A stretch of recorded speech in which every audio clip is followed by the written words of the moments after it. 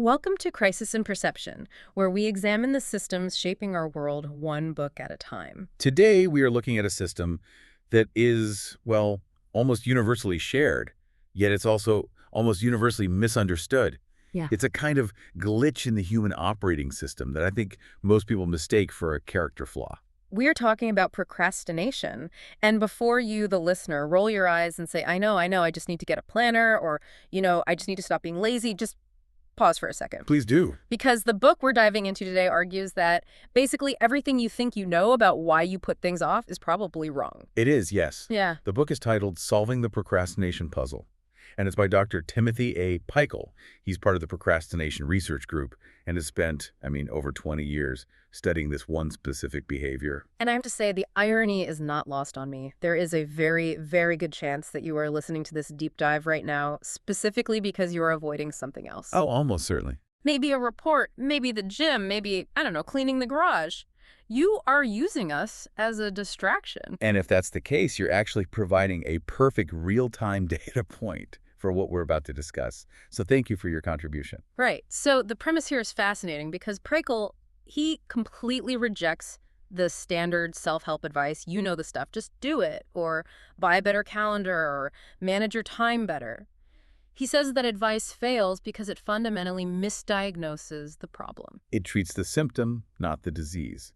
The core argument of this book is that procrastination is not a time management problem. It isn't even really a work problem. Right. At its root, it is an emotional regulation problem. Okay, let's unpack this because that sounds, well, it sounds a little like letting us off the hook. Oh, I'm not lazy, I just have big feelings. But Pychyl is actually pretty strict about what even counts as procrastination, right? He is. And this is where we have to start with system identification. We need to actually define the failure we're talking about. What is the system and where does it break? Exactly. Pychyl defines procrastination, very strictly, as the voluntary delay of an intended action, despite knowing that this delay may harm the individual. Okay, that knowing part feels like the kicker. It's the whole game. It's the crucial distinction. He gives this example of a woman named Maria who delays doing her laundry or, say, filing some paperwork because her child suddenly gets sick. She has to put off those tasks to take care of her child. That's not procrastination. No, of course not. That's just delay. It's necessary delay. In that case, it's wise delay. It's not what we're talking about. Right, because life happens. If the house is on fire and I stop writing my novel to put out the fire, I'm not procrastinating. I'm prioritizing survival. Precisely. Yeah. Procrastination requires a very specific set of conditions. First, there has to be an intention to act. You intend to write the novel. Second, the delay has to be voluntary. Nobody is forcing you to stop. I am choosing to stop. And third, and this is the most painful part, Yeah. you have to expect that the delay will make you worse off. You know it's a bad idea. So procrastination is when you sit down to write the email, you have the time to write the email, you know not writing the email will cause you stress later, and you still, somehow, decide to watch a video of a hydraulic press crushing a watermelon instead. That's it, exactly. It's the voluntary nature of it, combined with the knowledge that it is going to hurt you. Pychyl is very clear on this. In a way, it's a form of self-harm. I think for a lot of us, though, the default label for that behavior is just laziness. If I'm sitting on the couch scrolling through my phone instead of working, my first thought is, I'm being so lazy. My boss would probably think I'm lazy. Why isn't it just laziness? And this is maybe the most important distinction Pychyl makes in the whole book. Let's really look at the experience of being lazy. If you are truly lazy, or maybe a better word is leisurely, how do you feel? Pretty good, relaxed, unbothered. I'm on vacation. Right. If you decide to take a day off and sit on the beach, and you genuinely enjoy it, that is leisure. But think about the internal state of a procrastinator. When you're watching that hydraulic press video instead of working, are you actually relaxed? No, not at all. There's this low-level hum of panic in the background. It's like a radio static of guilt. I'm watching the video, but a part of my brain is just screaming, you are ruining your life. Get up, what are you doing? Exactly. A lazy person is content. A procrastinator is anxious. They are guilt-ridden. They are stressed. Pychyl argues that this is an emotional regulation failure. The behavior looks like inaction from the outside, but internally it is a high-stress event. So you're saying my brain is just dramatic? Well, sort of. It's reacting to a perceived threat. Yeah. So let's walk through the architecture of this loop. If it's not, I don't want to work, what is the system actually doing? Okay, what's the flowchart? It starts with the intention, step one. I plan to do this task. But then, as you approach the task, you hit a wall. Researchers call this wall task aversiveness. Task aversiveness. That's a very fancy term for I hate this. Or this scares me, Yeah. or this is boring, or I might fail at this, Yeah. or I resent the person who assigned this to me. The task, for whatever reason, triggers a negative emotion. It could be resentment, fear, anxiety, self-doubt, anything. Okay, so the task is the trigger. Makes me feel bad. What happens next? And here's the glitch. The human brain is fundamentally wired to prioritize immediate mood repair over long-term goals. It's a survival mechanism. Yeah. When that negative emotion hits, your brain's threat detection system, the amygdala, lights up. It says, warning, negative fact detected, abort, abort, So the brain's first question is just, how do I get rid of this anxiety immediately? right now. And what's the fastest, most efficient way to get rid of the anxiety caused by the task? Get away from the task. Get away from the task. So you switch tabs, you open Instagram, you decide you suddenly need to organize your spice rack. And this is the critical part. It works. Instantly. The moment you decide to put it off, the anxiety drops. You feel relief. That relief is a reward. Your brain gets a little hit of dopamine. But the cost is that I still have to do the work later, and now I have less time, and I probably feel even more stressed about it. But the brain, in that moment, doesn't care about the long-term cost. It's a terrible accountant. It only cares about short-term mood repair. This is Pycyl's mantra, really, giving in to feel good. We aren't avoiding the work. We are avoiding the feeling the work gives us. That reframing is actually huge, because it explains why telling a chronic procrastinator to just make a schedule is totally useless. A schedule doesn't fix the fact that the task makes them feel stupid or scared or resentful. Exactly. Right. You can schedule a root canal, but if you are terrified of the dentist, you're still going to try and cancel the appointment. Yeah. The laziness explanation is a crisis in perception because it completely obscures the emotional mechanism that's actually driving the behavior. I want to dig deeper into why our brains are so easily tricked by this, because logically I know that putting it off just makes it worse. I'm fully aware that future me is going to be miserable and resent present me. So why do I keep screwing over future me? Oh, we are terrible to our future selves. Mm. And this brings us to the incentive architecture of the brain. Pychyl outlines a few key cognitive biases that essentially set us up to fail here. The big one is what he calls the tomorrow illusion. Oh, I know this one intimately. This is the irrational, almost magical belief that for some reason I will feel more like doing it tomorrow. Right. And all the research shows we are terrible at what is called effective forecasting. Yeah. We're just awful at predicting our future moods and emotional states. We think future me will be this, I don't know, an energetic, focused, disciplined superhero who has had a great night's sleep and is ready to conquer the world. When in reality, future you will be just as tired, just as bored, and just as stressed as present you. Except now, you'll also be under more time pressure, which just adds another layer of negative emotion. So why do we fall for it every time? We fall into a logic trap called focalism. We focus entirely on our current feelings. I'm tired now. I'm anxious now. And we massively underestimate how other future events or our own state will impact us later. We can't really imagine our future emotional state with any accuracy. Pychyl has a great anecdote in the book about this. It's from a reader who remembered a sign in a butcher shop in a small village in Poland. Yes, the sign. It was beautiful. It read, "Today you pay, tomorrow it's free." Which sounds like a fantastic deal until you come back the next day to get your free meat. And the butcher just points to the sign again. The sign says, "Today you pay, tomorrow it's free." Tomorrow never actually arrives. It's always a day away. Procrastination relies on this same delusion, that tomorrow is a different realm where the rules of effort and emotion don't apply. And this ties right back into that evolutionary mismatch we talk about so often on this show. We are running software designed for the Paleolithic era on hardware that has to file taxes and contribute to a 401k. That's the core of it. That's temporal discounting. It's a core feature of the brain's incentive system, and it comes directly from our evolutionary past. We are evolved to value immediate rewards, food, safety, comfort right now, significantly more than future rewards. Okay, so explain this like I'm 5. Or maybe explain it like I'm a caveman. Oh, sure. Blame evolution again. Yeah. Okay, caveman explanation. Mm-hmm. Imagine you're a hunter-gatherer. You are walking through the forest and you stumble upon a bush full of sweet, ripe berries. But you aren't actually that hungry right now. You just ate. Okay, I'm a well-fed caveman. What do? Do you save the berries for next week? No way! Are you kidding? If I leave them, a bird eats them. Or another caveman takes them. Or they just rot. Or, more likely, I get eaten by a saber-toothed tiger tomorrow and I never get to enjoy them. You eat the berry. You eat the berries.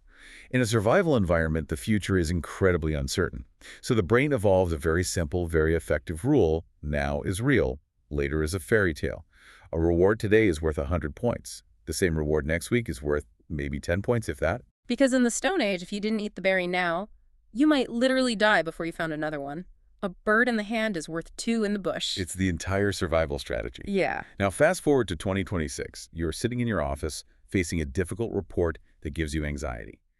Your Stone Age brain sees two options. Option A, do the report. The reward is, what? Maybe a paycheck in 2 weeks, maybe a promotion in a year. Which feels very distant and abstract and not very real at all. Exactly. Option B, play video game, scroll social media, watch YouTube. The reward is a dopamine hit immediately. Relief from anxiety immediately. The Stone Age brain takes the video game every single time. It's not even a contest. Every time. It views the immediate relief from stress as having incredibly high value and the distant completion of the project as having very, very low value. It's a fundamental incentive misalignment between our ancient wiring and our modern world. I have to admit, even while we are recording this, I have this phantom itch to check my phone.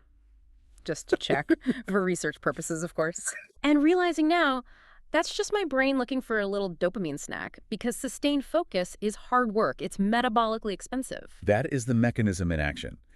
You are feeling the slight discomfort of cognitive load, and your brain is offering you a quick, cheap, easy exit ramp to feel good. Just one look, just a little hit. It'll be fine. It's never fine. So, okay.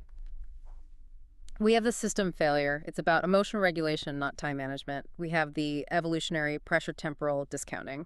But surely not everyone suffers from this equally. I have friends who just do things. They get an assignment and they finish it 3 days early. Are they, like, mutants? They might have a different hardware configuration. And this is where Pychyl spends a chapter discussing personality and trait risk.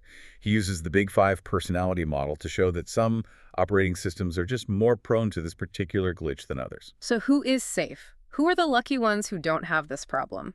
Well, the biggest shield trait, the one most protective against procrastination, is conscientiousness. People who are high in conscientiousness tend to be dutiful, organized, disciplined, and have strong impulse control. These are the people who actually floss every single day, and their sock drawer is organized by color. They are. And the reason they don't procrastinate isn't necessarily because they love doing their taxes. It's because, for them, leaving a task undone creates more emotional discomfort than just doing the task. Their mood repair strategy is actually to finish the work to get rid of the nagging feeling of an incomplete task. Wow, must be nice. So what about the rest of us mortals? What traits put us at higher risk? Well, the biggest risk factor, not surprisingly, is neuroticism, which is also called emotional instability. Neuroticism always sounds like such an insult, but in psychology, it just means you're more prone to feeling negative emotions, right? Like anxiety or worry. Correct. It means you experience emotions like worry, anxiety, and frustration more easily and more intensely than the average person. And since we've established that procrastination is a strategy to cope with negative emotions, it makes perfect sense that people who have more negative emotions to deal with would rely on this coping mechanism more often. Exactly.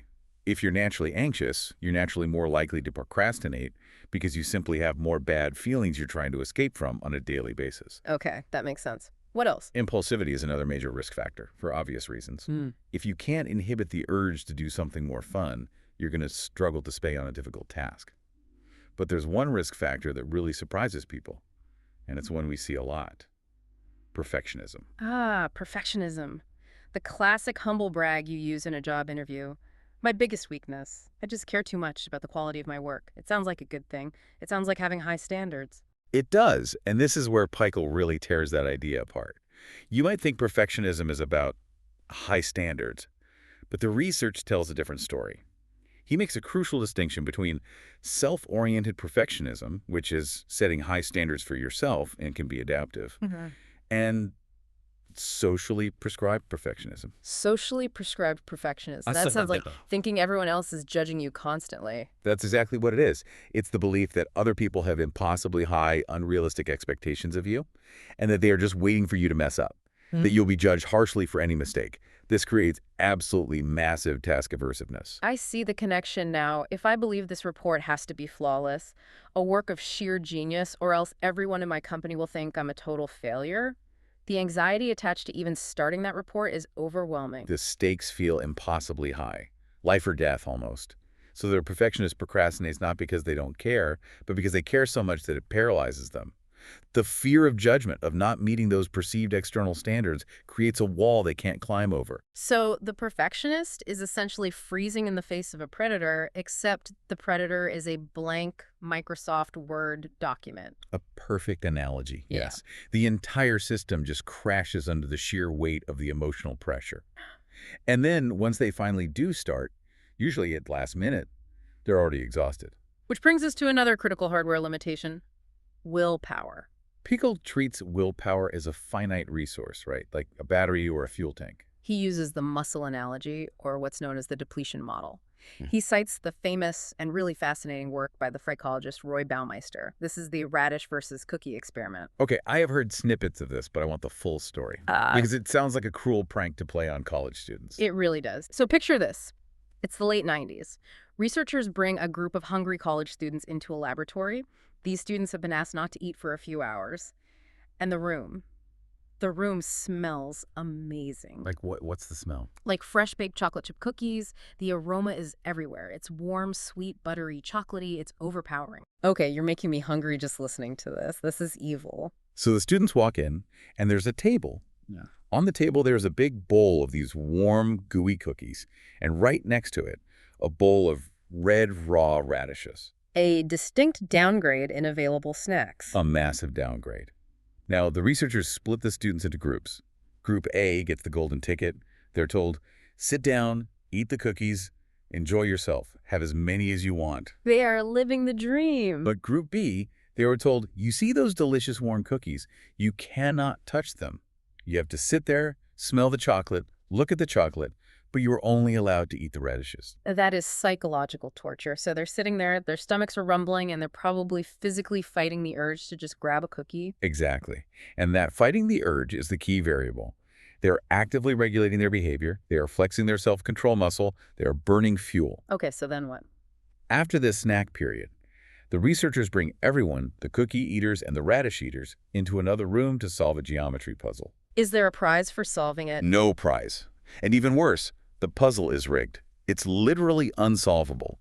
The researchers aren't testing intelligence, they are testing persistence. Yeah. They just want to know, how long will you keep trying this impossible task before you just quit? So the cookie eaters, they're happy, they're full of sugar, they're in a good mood. The cookie eaters worked on the impossible puzzle for an average of about 20 minutes before giving up. They had the patience, the mental energy. But the radish eaters, the ones who had spent the last hour holding themselves back from temptation, I'm guessing they didn't last as long. they quit in 8 minutes. Wow, less than half the time? Less than half. They were just done. They hadn't done any physical labor, they hadn't run a marathon, but their self-regulation muscle was completely exhausted from the simple act of resisting the cookies. They had nothing left in the tank for the difficult puzzle. This has enormous implications for the modern workday. If I spend 8 hours regulating my emotions in a stressful meeting, holding my tongue with a difficult colleague, trying to be polite, resisting the constant urge to check my phone. Then you come home and you have zero fuel left in the tank to go to the gym or work on your side project or even just cook a healthy meal. Your evening procrastination isn't a character flaw. It is a state of biological exhaustion. You are chemically out of gas. So that feeling of, I just can't at 6 p.m. is actually real. It's not me being weak. It is a physiological reality. Your prefrontal cortex, the part of the brain responsible for executive function and willpower, is offline. It needs to recharge. So, okay, we have this loop. We have the biological setup that makes us vulnerable. But here is the thing that still baffles me. We know it hurts us. We do it. We feel guilty. We pull an all-nighter. We suffer the consequences. Why don't we learn? Why doesn't the brain say, hey, last time we did this, it was a total nightmare. Let's not do that again? This is the persistence problem. And the answer lies in the weird, often counterintuitive way that reinforcement works. We talked earlier about negative reinforcement. Which, just to be clear, doesn't mean punishment. In psychology, negative reinforcement means taking something bad away, right? Correct. Positive reinforcement is adding a treat, like giving a dog a biscuit for sitting. Negative reinforcement is subtracting pain, like turning off a loud, annoying alarm by getting out of bed. Or the classic example, taking an aspirin for a headache. Exactly. You have a headache. That's the negative state. You take an aspirin and the pain stops. The behavior of taking aspirin has been negatively reinforced. You learn very quickly. Aspirin fixes the pain. I see where this is going. Apply that to procrastination. You have a scary, aversive task. You feel fear or anxiety. That's the negative state. You delay. You switch to YouTube. What happens to the fear? It goes away. Poof, instantly gone. So the brain says, success, mission accomplished. The brain learns a very powerful, very simple, and very immediate lesson. When I feel stressed from work and I play video games, the stress vanishes. Meanwhile, the punishment, the bad grade, the late fee, the boss's disappointment, the shame, that happens days or even weeks later. Exactly. The feedback loop is totally broken.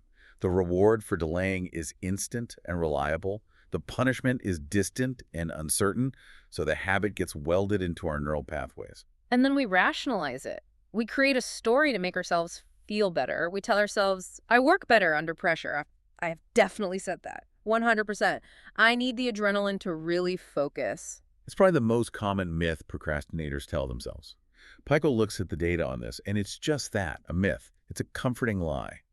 The research overwhelmingly shows that work done under extreme time pressure is riddled with more errors. It's less creative. It's technically and objectively worse. We just remember that one time we pulled it off and got an A, not the 10 times we did a mediocre job and barely scraped by. Classic confirmation bias. But the costs aren't just about the quality of our work. This is where the book gets darker and much more serious. The long-term costs to our health are profound. You mean just the stress accumulation? That's a huge part of it. Chronic procrastinators have higher levels of stress hormones like cortisol circulating in their bodies. This leads to compromised immune systems. They get sick more often. They have more gastrointestinal issues, more insomnia, more hypertension. And cruelly, I read that they're also less likely to seek medical treatment. They procrastinate on going to the doctor. It's a horribly dangerous spiral. You put off the checkup because you're scared of what the result might be, which allows the condition to get worse, which in turn makes you even more scared to go. Wow. But the deepest cost, the one that really struck me in Pycyl's work, isn't about productivity or even our physical health. It's about regrets of omission. He references a study on living well and dying well. What was that about? It's work done by palliative care nurses and psychologists who talk to people who are grieving or who are at the end of their own lives. They find a very consistent pattern. People don't tend to regret the things they did, the mistakes of commission. I shouldn't have bought that ridiculous car, or I shouldn't have taken that trip to Vegas. Those things tend to fade. Because at least you did something. You have a story to tell. You learned a lesson. Right. What sticks, what really haunts people, are the things they didn't do. Regrets of omission. I didn't finish my degree. I didn't tell her I loved her. I never wrote that book I always talked about. I never learned to paint. And procrastination is the architect of those regrets. It is. Pychyl frames procrastination not just as being late on a deadline for work, but as, and this is his phrase, failing to get on with life itself. That hits hard. It stops being about productivity and spreadsheets and starts being about something much more existential. We are voluntarily delaying our own lives. We are choosing to stay in the waiting room. That's the stakes. Yeah. It's not about being a good little worker bee. It's about actually living the life you intend to live before your time runs out. So, okay, we absolutely need to talk about how to break this cycle. But first, let's zoom out to the interconnection part of our deep dive. We're calling this whole analysis a crisis in perception. Why that specific phrase? Because the way we perceive the problem dictates the kind of solution we search for. If we perceive procrastination as laziness or poor organization, what do? We buy a new planner, we download a new productivity app, and when the planner doesn't work, what do we conclude? That we're the problem. We're just incurably lazy. We hate ourselves even more. Exactly. We think we are broken. But if we perceive it as an emotional coping mechanism that's gone wrong, then we can apply a completely different set of tools. We stop trying to whip ourselves into working, and we start trying to manage the underlying emotions that are stopping us. We stop fighting the clock, and we start fighting the fear. And that's the perception shift. We also have to acknowledge the environment we live in, too. Pychyl has a great chapter title for this: Cyber Slacking. The internet is the ultimate mood repair tool. It's a procrastination machine. It's perfectly engineered for it. It's low friction, high reward, and offers infinite novelty. If you're sitting in front of a computer trying to write a difficult document, you are sitting 12 inches away from the world's greatest, most distracting carnival. And the carnival is free, and it's open 24/7. And it never closes. In that context, the just do it advice is asking you to ignore a siren's call solely on willpower. It's setting you up to fail. It's almost impossible without a proper system. So what are the systems? What are the actual strategies? Pychyl gives us some micro strategies that are based on the research. Let's walk through the most effective ones. The first one is borrowed from the work of a psychologist named Peter Gollwitzer. It's the idea of creating implementation intentions. This is the if-then Yes, structure, right? exactly. Abstract goals like, I will write my paper today, are too vague. They crumble under the first wave of stress. They require you to make a decision in the moment when you're feeling anxious. And what do we know about making decisions under stress? It takes willpower. It burns the battery that we just learned is already depleted. Right. So an implementation intention preloads the decision. It's a script you write for your future self. For example, if I get home from work and feel too tired to go to the gym, then I will immediately change into my gym clothes and put my shoes by the door. It's like programming a macro for your brain. You make the decision before the negative emotion hits and hijacks your thinking. Exactly. You outsource the decision-making to the plan, so you don't have to use willpower in the heat of the moment. You just follow the script you already wrote. It's incredibly effective. And what about that initial friction, that feeling of just not being able to start? Pychyl talks a lot about just crossing the threshold. He calls it the just get started concept. But wait, it's more specific and strategic than the Nike slogan.